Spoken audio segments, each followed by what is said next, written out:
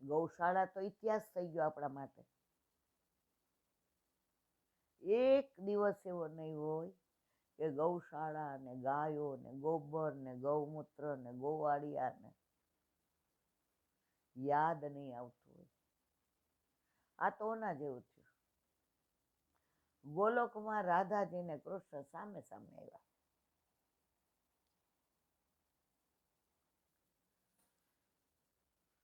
ઠાકોરજીએ પૂછ્યું, રાધે મને યાદ કરતા હતા? રાધાજી કે ના. રાધે મને યાદ કરતા ના. તમે ના પાડો છો. એ કે ના એટલે ના. પ્રભુ કે હું તો એક પળ નહોતો ભૂલતો, મને એટલા તમે યાદ આવતા હતા. અને તમે મને યાદ, ત્યાં રાધાજીએ જવાબ આપ્યો, પ્રભુ યાદ કોને કરવા પડે? જેને ભૂલી જતા હોઈએ. તમે તો ભૂલાતા જ નહોતા, તો યાદ કરવાનો સવાલ જ નથી. એમાં ગૌશાળા જીવનનું સોનેરું સ્વપ્ન, સોનેરું સંભારણું. લુણાવાડા ગયા તોય બધા ઈલાબેન, અમે તમારી હારે જ હતા ગૌશાળામાં, અમને બહુ આનંદ આવ્યો, અમે ભલે યુટ્યુબમાં હતા પણ તમારી હારે. હવે આ પ્રોગ્રામ એક નક્કી થાય છે, મોટા લીલિયા અમરેલી પાસે, જે મારું મોસાળ.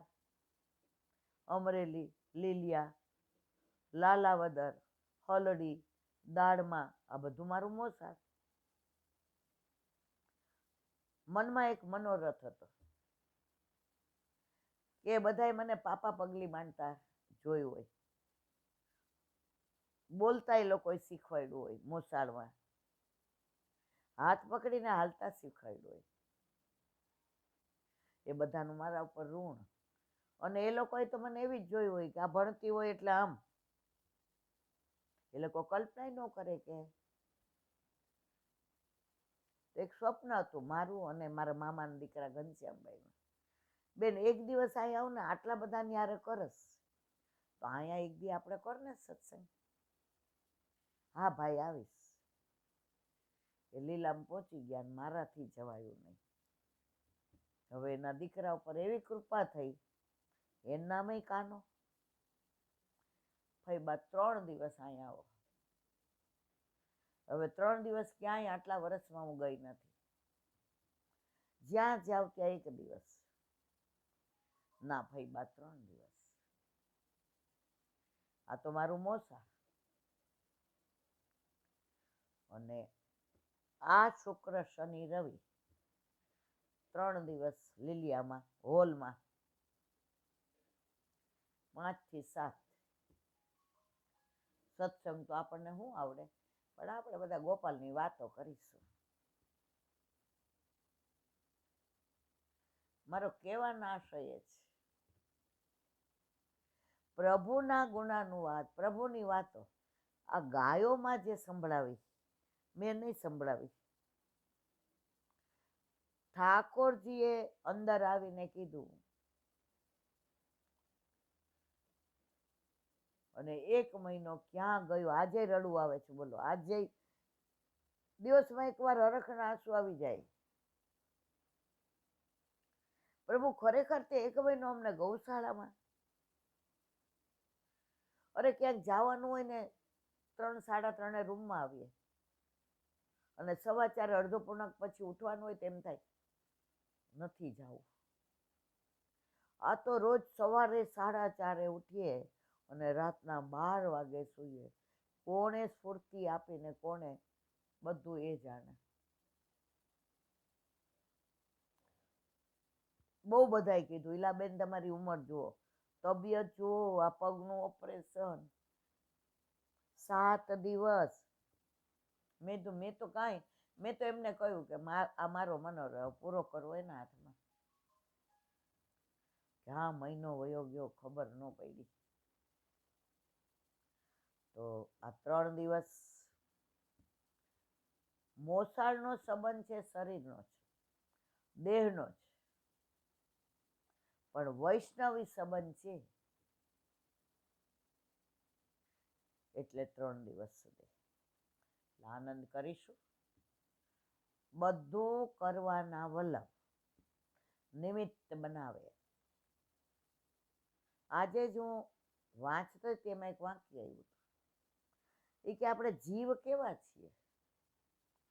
કોઈ આપણને બે ગાળો દે, કોઈ આપણી યાર ઝઘડે, ઊભા થઈ જાય, ઝઘડો કરવા તત્પર.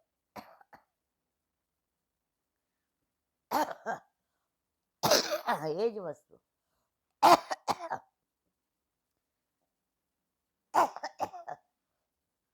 કોઈની ગાળોની અસર થાય છે,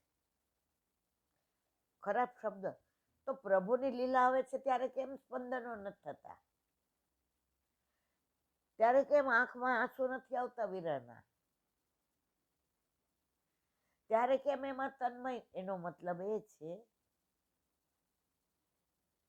કે સંસારની અસર થાય છે, શ્યામની અસર થતી નથી. ઓના જેવું આ અરીસો હોય, દર્પણ. આ સરસ હોય, સુંદર હોય, આવતા જતા બધા જ મોઢું જોતા જાય, અને આપણા ઘરે આપણી પાસે હોય એટલે આપણા સામે હસતા જાય. એ જ દર્પણ તૂટી જાય ને કાચ પડ્યા હોય તો બધા પગ ઊંચા લઈને હાલે ને. દર્પણ એનું એ, જગ્યા એની એ, વ્યવસ્થા એની એ. તૂટી ગયું એટલે કિંમત ગઈ.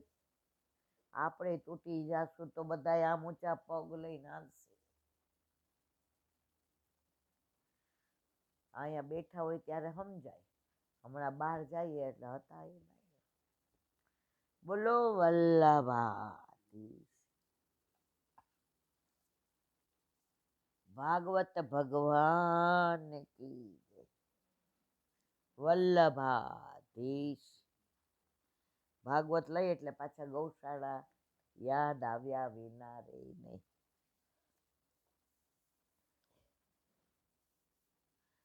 જીવનમાં અમુક ચમત્કાર હોય, પુષ્ટિ માર્ગમાં ચમત્કાર નથી,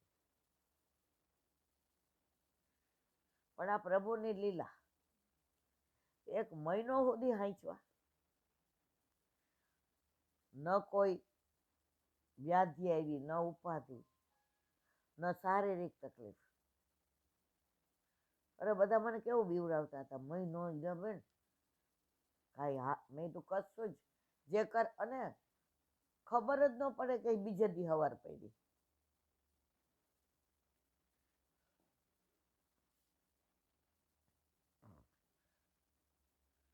સકટ ભંજન અને તૃણાવત વધ ખમ રોદસી જ્યોતિરની કવાસા સૂર્યેન્દુ વહિસ્વના તુ બુદ્ધિશ્ચ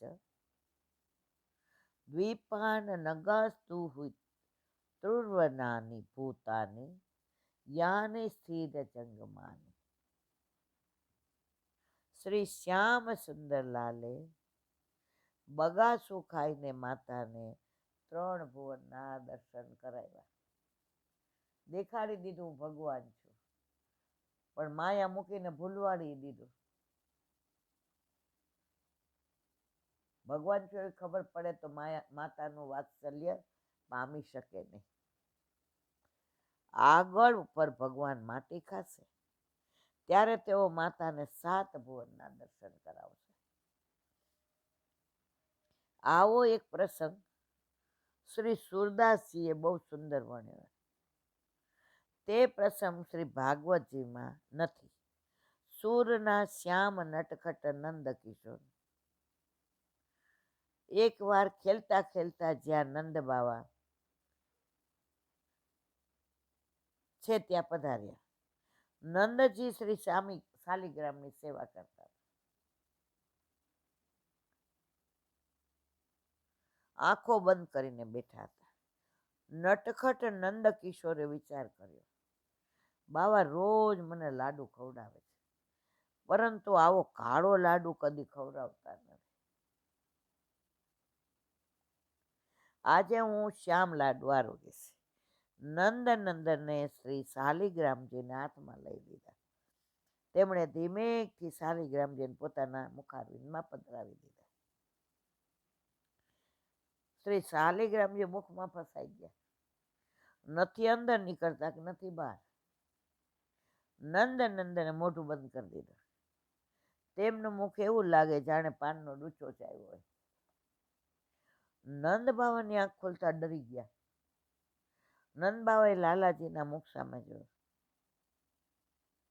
તેમને ખાતરી થઈ ગઈ કે શાલિગ્રામજીને લાલાએ મુખમાં મૂક્યા છે. તેમણે કનાઈને ગોદમાં બેસાડીને પૂછ્યું, લાલા, મારા દેવને તું ખાઈ ગયો? જલ્દી બહાર કાઢ. પણ લાલાજી મોં ખોલતા નથી.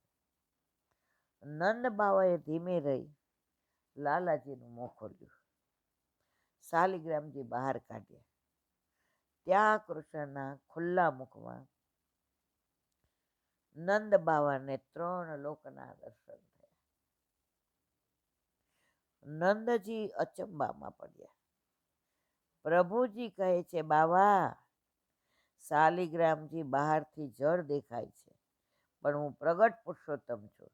તમે મારી સેવા છોડીને આમની સેવા કેમ કરો છો?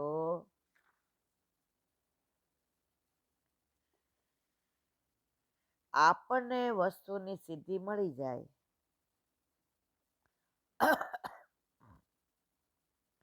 પછી તેના સાધનોમાં અટવાવાની જરૂર પડે ખરી?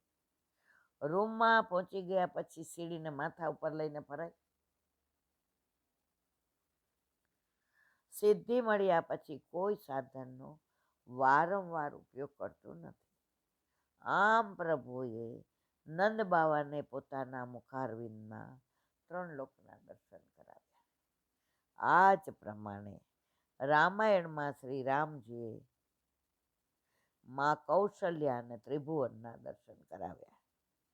કૌશલ્યાજી રઘુનંદનને બળલામાં પોઢાડી કામે વળ્યા. માતાજી ફરતા ફરતા પલ્લા પાસે પાછા આવ્યા.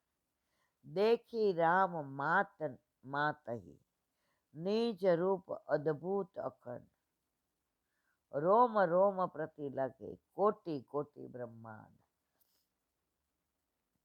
શ્રી રઘુનંદનના રોમ રોમમાં કૌશલ્યામાને કરોડો કરોડો બ્રહ્માંડના દર્શન થયા.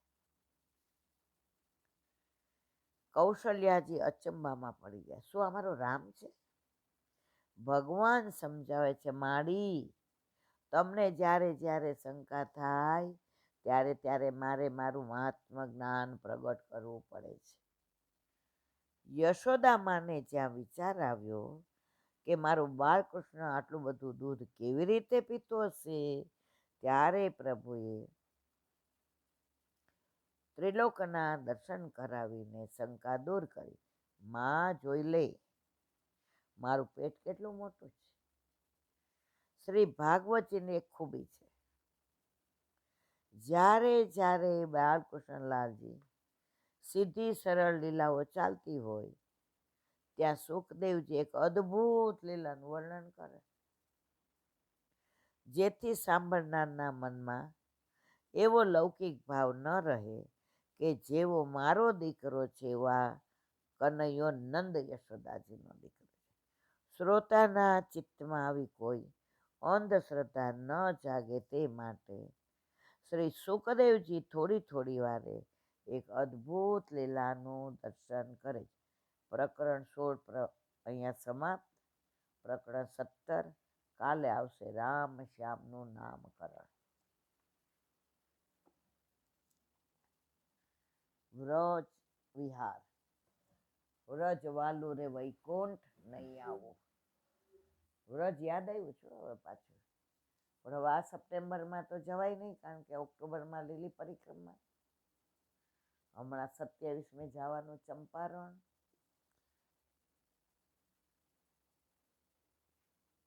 શું કરશું?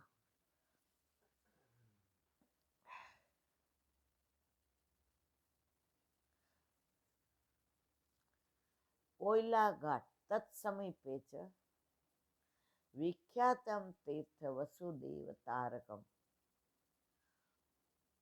જલોક ભય ભીતોત્ર વસુદેવ પ્રતારી.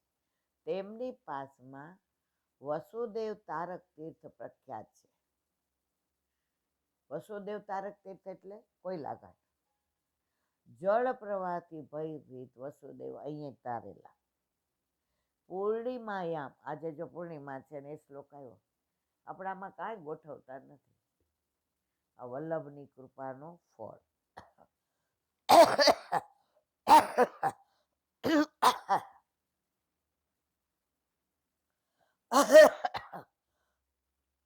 પૂર્ણિમાયામ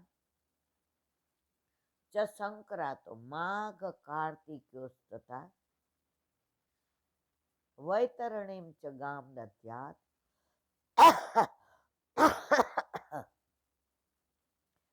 સ્નાત્વા તપોધન. હે તપોધન, પૂનમે સંક્રાંતિમાં અને મહાકાર્તિકમાં વૈતરણી ગાય ત્યાં સ્નાન કરીને આપે. ભવ સિંધુ સમુતીર્ય યાતિ ગોલોક મદભૂતમ વિત્તહીનસ્તુ તત્રૈવ વૈતરણ્યાનમ વ્રતેમ ચરત. સંસાર સાગર તરીને અદ્ભુત ગોલોકમાં જાય છે. દ્રવ્યહીન તો ત્યાં જ વૈતરણીનું વ્રત કરે છે. યસ્તુ પિતૃન સમુદ્રીસમ શ્રાદ્ધમ કુર્યાત સમાહિત તત્ર પિંડ પ્રદાનેન પિતરો યાંતિ સદગતિ. જે ત્યાં પિતૃઓને ઉદ્દેશીને સાવધ થઈને શ્રાદ્ધ કરે તેના પિંડદાનથી પિતૃઓ સદગતિ પ્રાપ્ત કરે છે. તપશ્ચર્યથી તત્રૈવ પર્વતો મુનિપુંગવ તસ્ય દર્શન માત્રેણ મુક્તો ભવતી માનવ. ત્યાં મુનિશ્રેષ્ઠ પર્વત તપ કરે છે. તેમના દર્શન માત્રથી માનવ મુક્ત થાય છે. રાવલ, જે રાવલ ગામ આપણે જઈએ, રાધાજીનો નંદિયાળ. જો રાધાજીનો નંદિયાળ રાવલ અને કીર્તિજીનું કયું? મુખરાય. મુખરાય કેવું રળિયામણું. ગોકુલ સત્તરે ભાગે રાધિકા તીર્થમુત્તમમ વિધિવત્રમ યસ્નાત્વા નત્વા શ્રી વૃષભાનુજા. ગોકુલના ઉત્તર ભાગમાં ઉત્તમ રાધિકા તીર્થ છે.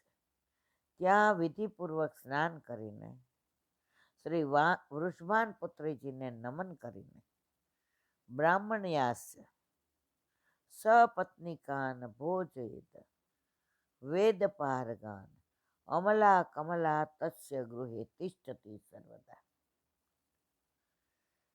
વેદ પારંગત સપત્નિક બ્રાહ્મણોને જમાડે તેના ઘરમાં નિર્મળ લક્ષ્મી નિત્ય નિવાસ કરે છે. ઈહ સર્વ સુખમ ભુક્તા શ્રી રાધા યા પદમ વ્રજે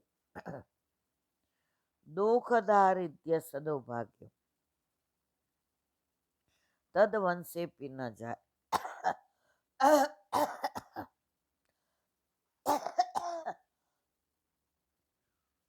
અહીં સર્વ સુખ ભોગવીને શ્રી રાધાના પદને પ્રાપ્ત કરે. દુઃખદારિદ્ર્ય ભાગ્ય તેના વંશમાં થતું નથી. બોલો વલ્લભા. મધુરાષ્ટક ગુંજા મધુરા.